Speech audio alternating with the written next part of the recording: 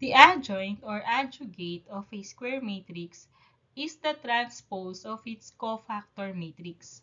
It is denoted as adjoint A. So these are the steps to compute the adjoint. First, you need to get the cofactor for each element of the matrix A. And then, arrange this cofactor into a matrix. Ngayon, ang itatawag na dito is yung cofactor matrix. Then, transpose. So, now, you have your adjoint matrix. So, now, let's get the determinant of matrix A. We can expand this matrix para makuha yung determinant. So, let's write yung first column and yung second column.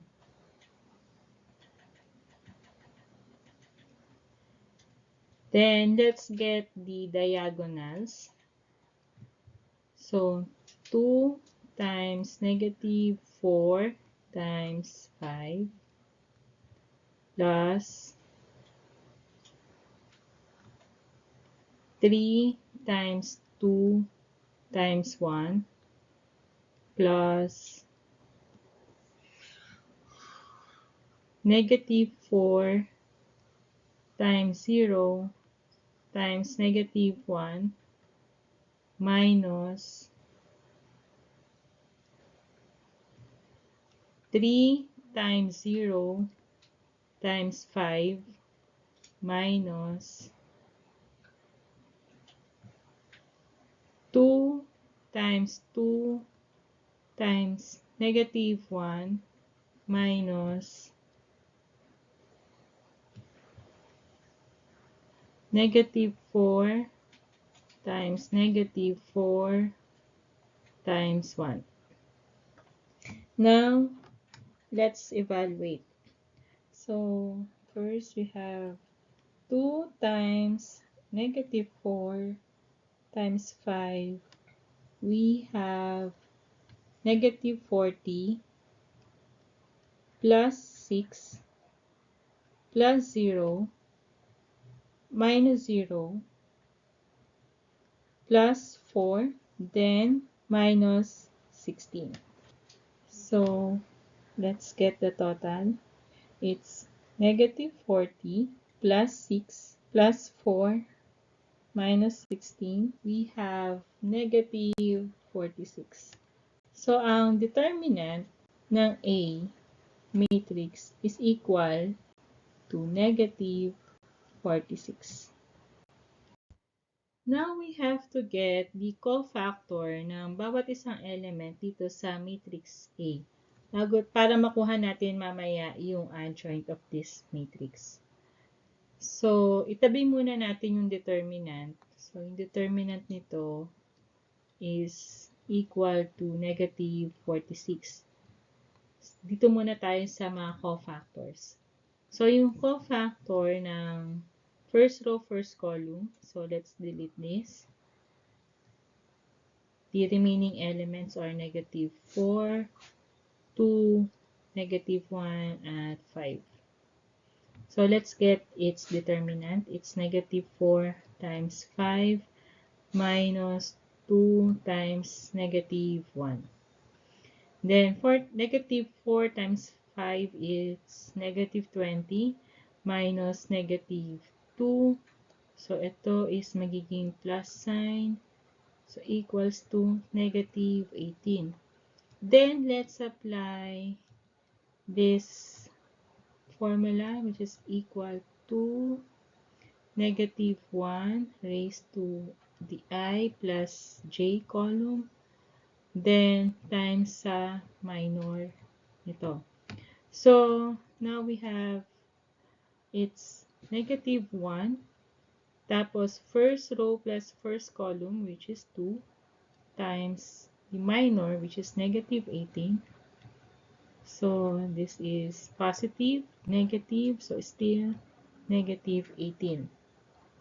Ngayon, ilagay natin siya sa matrix bracket. Negative 18. Then, for the second column naman. So, first row, second column, delete first row, then second column, we have 0, 2, 1, and 5. Yan. Then, the determinant is 0 times 5 minus 2 times 1. So, it's 0. 2 times 1, it's 2. So, remaining is negative 2. We have negative 2 for its determinant. Then, let's apply this formula. We have negative 1. Then, yung first row plus second column, then it's 3 times the minor, which is negative 2. So, this is negative times negative. Then, we have positive 2. So, dito natin siya ilagay. First row, second column, 2. Then, para naman sa cofactor na first row, third column, delete first row, delete third column, and then get the elements. We have 0, negative 4, 1, and negative 1. Then get the determinant, which is 0 times negative 1 minus negative 4 times 1. So 0 minus negative 4. So this one will become positive. We have 4. And then apply this formula. So we have negative 1. And then first row, third column. So we have 4 times 4. This is positive times positive, which is positive. Then let's place 4 here. Now let's get naman yung second row. So it's second row, first column, yung i-delete natin. Then the elements are 3, negative 4, negative 1, and 5. Then get the determinants. 3 times 5 minus negative 4 minus times negative 1. So 3 times 5, 15 minus negative 4 times negative 1, it's positive 4, which is 11. Then apply this. We have negative 1. So second row, third column, it's 3. So second row plus first column equals to 3 times yung minor 11. So this is negative times positive, then we have negative 11. So let's write it here, negative 11. Now let's get the second row, second column. So let's delete second row, second column. Then let's get the remaining elements, which is 2, negative 4, 1, and 5. Then the determinants, which is 2 times 5 minus negative 4 times 1. 2 times 5, 10 minus negative 4. So both of this sign similar, then it will be plus equals to 14. Then let's apply this. So it's negative 1. So yung first row is 2, the second column is 2, then we have 4 times 14. So this one will be positive times positive, which is equals to positive 14. Let's place it here. Now let's get the second row, third column. Delete second row and third column. Get the remaining elements. We have 2, 3, 1, negative 1. Then get the determinant, which is 2 times negative 1 minus 3 times 1. 2 times negative 1 is negative 2 minus 3 times 1, it's 3, which is equals to 1. which is equals to negative 5. Now, let's apply this formula. So, negative 1. Second row plus third column, then we have 5 times yung minor, determinant ng minor natin, which is negative 5. So, this is negative times negative, which is equals to positive 5. Now, nasa last row na tayo. So, it's third row, first column naman. Third row, first column. Then, get the elements. 3, negative 4, negative 4, and 2. Then, determinant. 3 times 2 minus negative 4 times negative 4. 3 times 2 is 6 minus, so negative 4 times negative 4, positive 16, which is equals to negative 10. Now, let's apply this. So, we have negative 1. So, third row plus first column, then we have 4 times yung result natin, which is negative 10. So, this one will be positive times negative, which is equals to negative. Let's write it here, negative 10. Now, let's get the third row, second column. Delete third row and then second column. Then get the remaining elements. We have 2, negative 4, 0, and 2. Okay. And then the determinant, which is 2 times 2 minus negative 4 times 0. 2 times 2 is 4 minus 0, which is equals to 4. Then apply this, we have negative 1. Then third row plus second column. So we have 5 times yung sagot natin, which is 4. This is negative times positive, then we have negative 4. Let's put it here, negative 4. Now, let's get the third row, third column. So, let's delete third row, third column. Get the remaining elements. We have 2, 3, 0, negative 4. Then, the determinant, 2 times negative 4 minus 3 times 0. So, 2 times negative 4 is negative 8 minus 0. Equals to negative 8. Apply this. We have negative 1. Third row plus third column. Then we have 6 times negative 8. So, this will become positive times negative. Then, we still have negative 8. Ayan. So, nakumpleto na natin yung matrix natin na ang laman niya is puro cofactors. Ngayon, sa next step, makukuha na natin yung adjoint natin. So, this is now the completed result ng mga cofactors ng matrix A.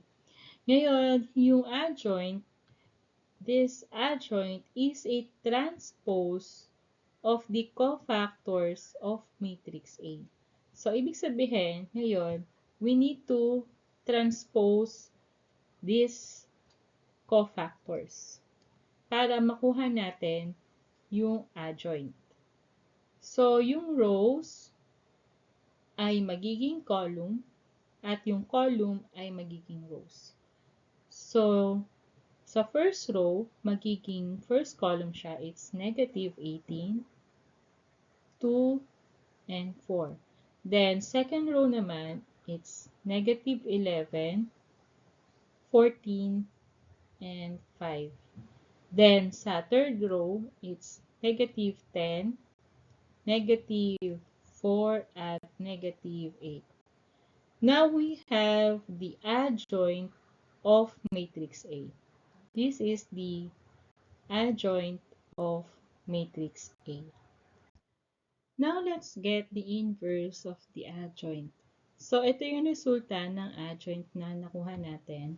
At yung determinant naman na nakuha natin for matrix A kanina, it's negative 46. So now, we're going to use this formula. This is the inverse of the matrix formula.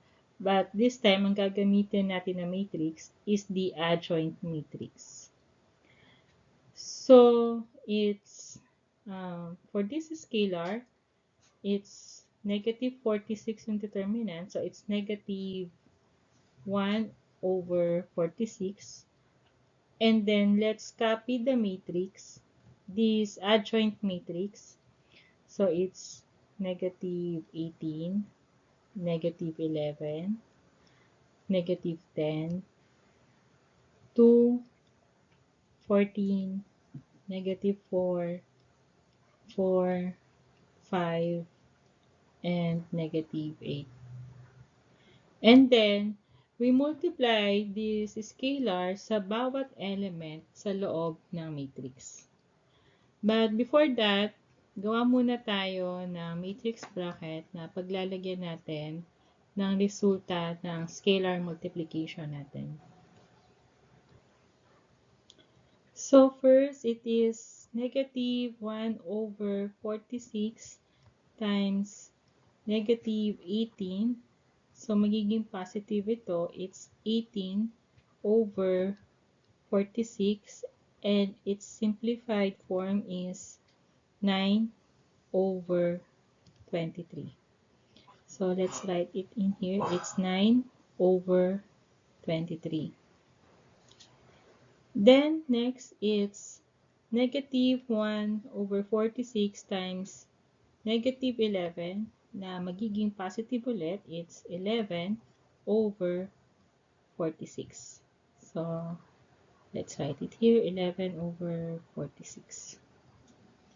Then next is negative 1 over 46 times negative 10, which is equal to positive 10 over 46, at yung kanyang simplified or reduced form is 5 over 23. 5 over 23. Then, next is nasa second row na tayo. So, second row.